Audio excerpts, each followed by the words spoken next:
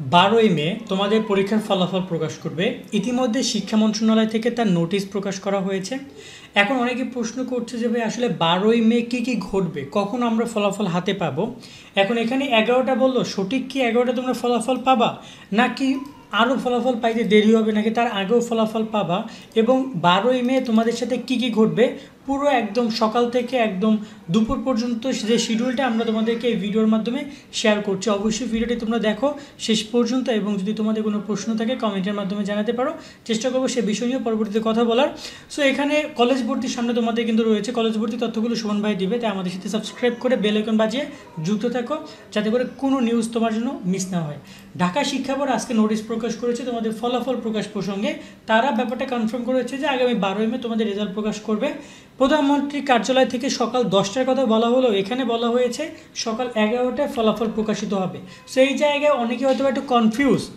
এসএসসির রেজাল্ট খুব দ্রুত দেখতে হলে তোমরা গুগল প্লে স্টোরে গিয়ে এসএসসির রেজাল্ট 2024 লিখে সার্চ করো এবং কমলা কালারের লোগো সহ অ্যাপসটি ইনস্টল করে নাও। এখনই রেজাল্টের পিডিএফ বানাতে পারবা, বোর্ড ভিত্তিক রেজাল্ট দেখতে পারবা, রেজাল্টের মার্কশিট সহ এখানে তোমরা সেভ করতে পারবা। এসএমএস ফরম্যাট দেওয়া আছে, শুধুমাত্র তোমরা সিলেক্ট করে সেন্ড করবা। কলেজ ভর্তি বোর্ড চ্যালেঞ্জ বোর্ডের বৃত্তি সহ সকল আপডেট তোমরা এখানে পাবা। আমি ইনস্টল লিঙ্কটা ডিসক্রিপশন বক্সে এবং কমেন্টে দিয়ে দিচ্ছি, সেখান থেকে ইনস্টল করতে পারো। যা আসলে কি হতে যাচ্ছে তাদেরকে আমি একটু পুরো ব্যাপারটা ক্লিয়ার করি।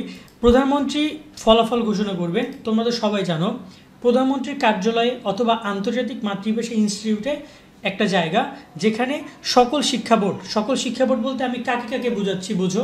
এখানে তোমাদের বরিশাল, চট্টগ্রাম, কুমিল্লা, ঢাকা, দিনাজপুর, যশোর, ময়মনসিংহ, রাজশাহী, সিলেট, মাদ্রাসা, টেকনিক্যাল সকল শিক্ষা বোর্ডের চেয়ারম্যান প্রধানমন্ত্রীর ওই অনুষ্ঠানে উপস্থিত থাকবেন, বা তাদের প্রতিনিধি উপস্থিত থাকবেন, এবং সকল বোর্ডের একটা করে ফলাফল তৈরি করেছে, তার একটা সারাংশ অর্থাৎ পুরো রেজাল্টের একটা কপি, হালকা একটা কপি, যেটা হচ্ছে কত ছেলে পাস করছে, কত মেয়ে পাস করছে, মোট বোর্ডের পাশের আর কত কত জিপিএ পাইছে, এরকম একটা পরিসংখ্যানিক রিপোর্ট তারা কাকে জমা দিবে, প্রধানমন্ত্রীকে জমা দিবে, অর্থাৎ প্রধানমন্ত্রীর কাছে ফলাফল হস্তান্তর করবে, যেটার নাম। তো দেখা যায় যে সকল শিক্ষা বোর্ডের চেয়ারম্যানগণ যখন ফলাফল হস্তান্তর করবেন, এরপরে মূলত প্রধানমন্ত্রী আনুষ্ঠানিকভাবে ঘোষণা করবেন তোমাদের পরীক্ষার ফলাফল। এই অনুষ্ঠানটা শুরু হবে সকাল 10টায়, তোমাদের পরীক্ষার ফলাফল প্রকাশ করবে শিক্ষামন্ত্রী মোটামুটি দেয় 10টা 20 থেকে 10টা 30-এর মধ্যে, অর্থাৎ তোমরা ফলাফল পাবা নিয়ম হয়েছে 10টা 30-এর মধ্যে, কিন্তু তারপরে ফলাফল তোমরা পাবা না, কারণ প্রধানমন্ত্রী ঘোষণা হওয়ার পরই মূলত ফলাফল প্রস্তুত বা ফলাফল প্রকাশের জন্য তারা শুরু করবে কার্যক্রম। এখানেও একটু সময় লাগবে, তবে এই জায়গায় ফলাফল তারা বলেছে সকাল 11টা, অর্থাৎ অনুষ্ঠান ঠিকই 10টায় শুরু হবে, কিন্তু তোমরা ফলাফল পাবা 11টায়।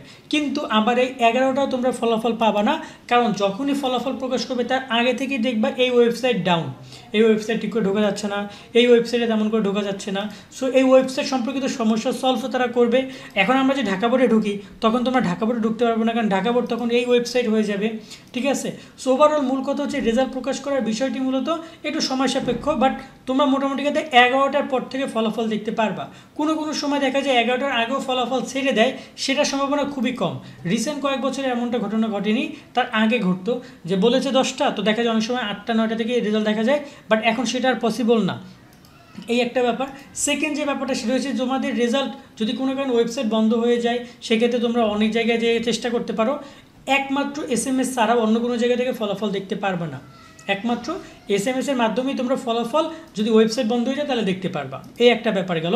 সেকেন্ড আমরা যে ব্যাপারটা নিয়ে কথা বলছিলাম সেটা হচ্ছে তোমাদের যদি পরীক্ষার ফলাফলটা যদি দেখা যায় যে কোনো সময় দেরি করে ফেলে, আরও দেরি করে ফেলে, সেক্ষেত্রেও তোমাদেরকে অপেক্ষা করতে হবে।